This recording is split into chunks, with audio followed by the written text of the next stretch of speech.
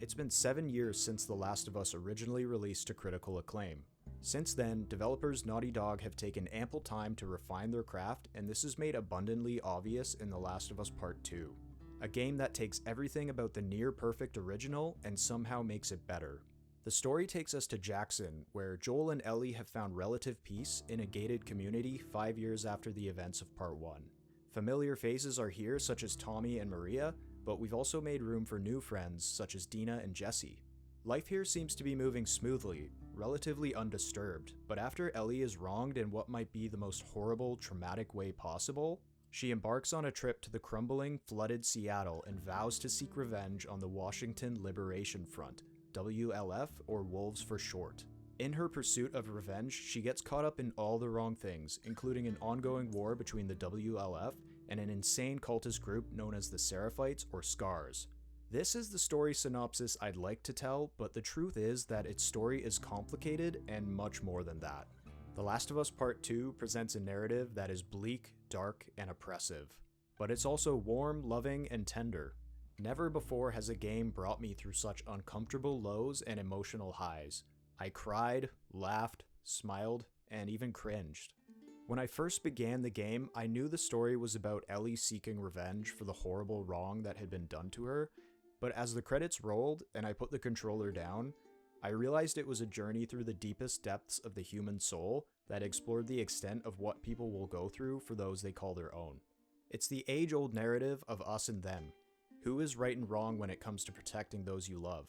There were moments where I didn't know whose side to follow, moments where I desperately did not want to go any further, moments where I felt like the story was playing me and I was only along for the ride. Simply put, it's an incredibly engaging story and game, and there are many other ways that The Last of Us Part 2 accomplishes this. When you're out exploring, characters will share organic discourse that feels so right. They'll talk about things that you would expect people in this scenario to talk about. And as it's happening, it A, draws you into the gameplay, B, expands character personality, and C, sells the believability of the world. A similar effect is achieved when you pick up notes left behind by strangers that you'll never meet, but certainly lived and had their own brutal experiences in the apocalypse. As you read into their stories, they culminate to paint a bigger, more vivid picture of Seattle. And on a darker note, when you take down your foes, their friends will call their name. These are people, and the game wants you to know that. Ellie enjoys collecting trading cards. This has nothing to do with the story in the grand scheme of things, but it shows me that Ellie is a human with interests. At several points in the story, you'll play through flashbacks as Ellie, and at a critical moment, you'll get to play as an entirely different character. For me, this deepened my connection with the characters, and by expanding how much I knew about them and what they had been through, I cared even more about them. Visually speaking, this is hands down the most beautiful game I've ever played. There were countless scenarios where I just stared at the characters' facial animations and the distant vistas in awe that this was an actual video game I was perceiving. The expressions the characters make are so vivid, you can truly pick up on the emotion being conveyed. Every texture in the game seems meticulously crafted, and you can see things like individual strands of hair or water shining off clothes. And for better or worse, this incredible attention to detail is brought to light in the more violent portions as well. Enemies can be killed in a variety of ways, and every single one of them feature blood and gore effects that look disgustingly realistic. Almost too realistic. The art design is seriously impressive, and they truly captured a depressive feel with the main areas. Whether you're in snowy Jackson or rainy gray Seattle, these areas are so inspired and moody that they can't help but leave an impression. These incredible visuals combined with the storytelling elements created an effect I simply haven't experienced with a game up until now. But of course, this wouldn't be a game without gameplay, and thankfully The Last of Us Part 2 has incredible gameplay. It feels incredibly similar to Part 1, but is also a refinement in many ways. You'll scavenge the streets and crumbling buildings of Seattle, weaving in and out of encounters with foes, living and infected. When not fighting for your life, it's paramount to search for supplements and machine parts, the former used to upgrade various character skills and the latter used to upgrade gun abilities at work desks. Which by the way look absolutely phenomenal and are hypnotizing to watch. Like, look at this! The amazing crafting system from the first game returns and introduces a variety of new useful tools for your disposal.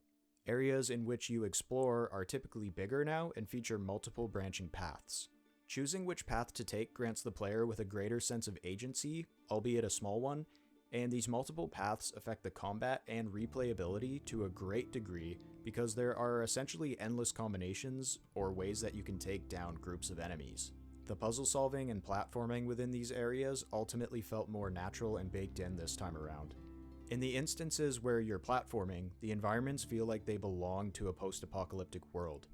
Everything you can step on and jump across is there for a reason and not just because it's a video game. Everything makes sense in the context of this world. And the same applies for the puzzles. They're so logical that most of them feel like they would work in real life, including puzzles using the newly introduced rope. It can be thrown over surfaces, swung on, and traversed vertically for an increased means of exploration, which for the most part feels like one of the areas that got the biggest upgrades. You can swim underwater, boat across flooded streets, and horseback riding is more predominantly featured than ever before, which is especially helpful for the new open downtown Seattle. Comparatively speaking, this open area doesn't hold a candle to current open world games, but it added a nice change of pace to the typical formula and almost felt like one big puzzle to solve in and of itself. When encountering a combat scenario, it is entirely up to the player whether they want to engage the enemies up front with violence or carefully pick them off one by one with stealth. And the game allows a multitude of options for either choice. You can sneak up and knife enemies with the new perma knife that Ellie has, or you can craft a silencer to eliminate noise and pick off enemies discreetly. You can go prone in tall grass and completely clear enemies' field of vision. Ellie definitely has many new tricks up her sleeve, but it's important to remember that so do her foes. Most of the time, large groups of enemies will have dogs with them that can sniff out your trail and reveal your location. Being pursued by them is absolutely terrifying and forces you to constantly adjust your location, which you'll be doing anyway regardless of the dogs because enemy AI is much more on point this time and they will actively team up to make sure you don't feel safe. In these instances, it may be best to engage in full-on violence, and there are a wide range of firearms as well as sub-weapons to get the job done. New to this game are trap mines you can place that explode when enemies walk near them. And returning favorites such as throwable bottles, bricks, and Molotovs are also here to distract, stun, and light foes ablaze. There is a greater emphasis put on melee encounters this time too, and you can have a full-on scrap complete with fist, holdable weapons, and dodging. I can't stress how visceral and violent the combat is, and it truthfully may not be for everyone. But every aspect of combat converges together to create an amazing yet stressful sense of fluidity. Sometimes even though I was the one controlling everything, it started to feel like I was only witnessing the carnage. And that's the thing about The Last of Us Part 2. It brings you on a journey that you may not want to be a part of, but it's a story that has to be told. This is one of the most engaging video games I've ever played, on so many levels, and I would honestly recommend it to just about anyone who wants to have that type of experience. But just be warned, there are incredibly mature themes of a traumatic nature in this game, so if you're not into that type of stuff, then you definitely don't want to play this game. But that's about the best I can talk about this game without spoiling anything major. Thank you guys so much if you watched the video. Be sure to subscribe for more gaming related content such as more reviews and Let's Plays in the future, and I'll see you guys next time. Bye bye.